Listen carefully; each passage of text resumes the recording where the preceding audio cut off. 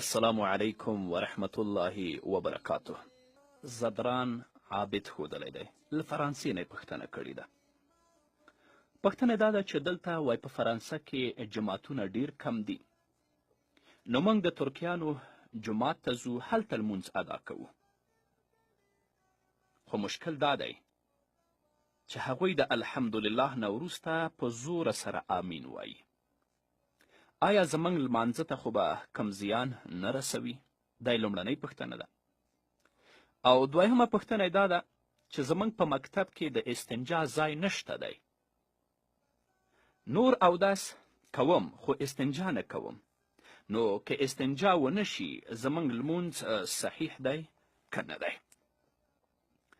د لومړنۍ پوښتنې په ځواب کې دې باید ووایم چې د حنفي لمونځ شافعي پسې یا حنبلي پسې یا مالکي پسې دا صحیح دی، شرعاً په دې کې هیڅ کم مشکل نشته.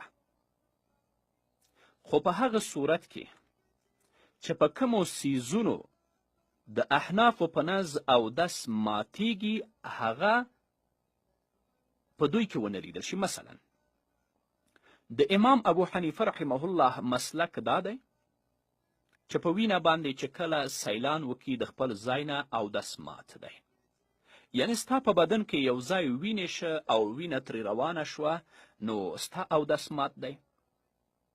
شوافی په دې باندې اودس نه ماتوي.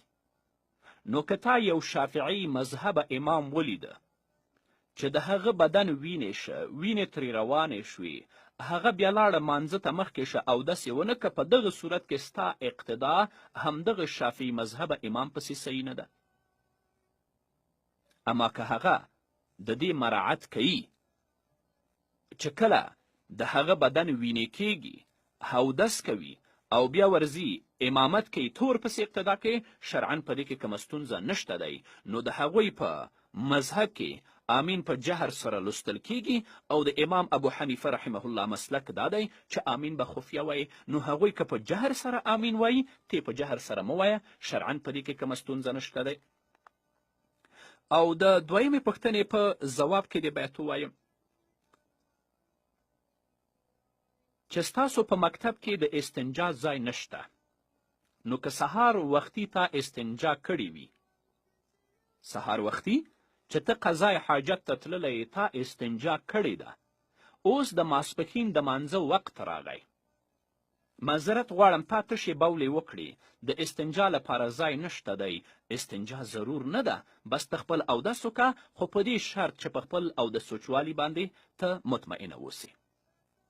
همدارنګه په هغو ځایونو کې چې ته هلته که استنجا وکړې ستا عورت خلک ویني، نو بیا هم استنجا ضرور نه ده، هلته به ته اودس کې استنجا کولو ته ضرورت نشته دی. حتی علامه ابن عابدین الشامی رحمه الله په رد المحتار کې په اول جلد کې په 338 صفحه کې فصل فی الاستنجا کې لیکلی دي که یو سړی په داسې ځای کې استنجا کوي چې د ده عورت لوڅیږي او خلک د ده عورت ویني، ساره فاسقا، دا فاسق ګرځي. هو که داسې وي چې د درهم د اندازې نه نجاست تجاوز کړی وي، نو هلته بیا په تا باندې استنجا فرض ده. د هر مانځه لپاره استنجا ضرور نه ده، بلکې چې یو وارې تا استنجا وکړه د هغه نه وروسته ته قضای حاجت لپاره نه یې تللی، د دویم او د دریم مانځه لپاره که ته اودس کوې نو بیا د استنجا ضرورت نشته دی.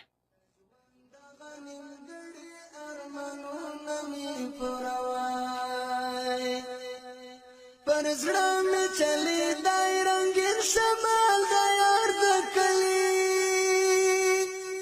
پر زړه مې چلی دی رنګین شمال د یار د کلي، پر زړه مې چلی دی رنګین شمال د یار د کلي، پر زړه مې چلی دی رنګین شمال د یار د کلي، پورا به عمرې د ارمانونو نتیجه وای، پورا به عمرې د ارمانونو نتیجه وای، پورا به عمرې د ارمانونو نتیجه وای، په ژوند کې چې یو څو ورځې مېلمه پر مدینه وای،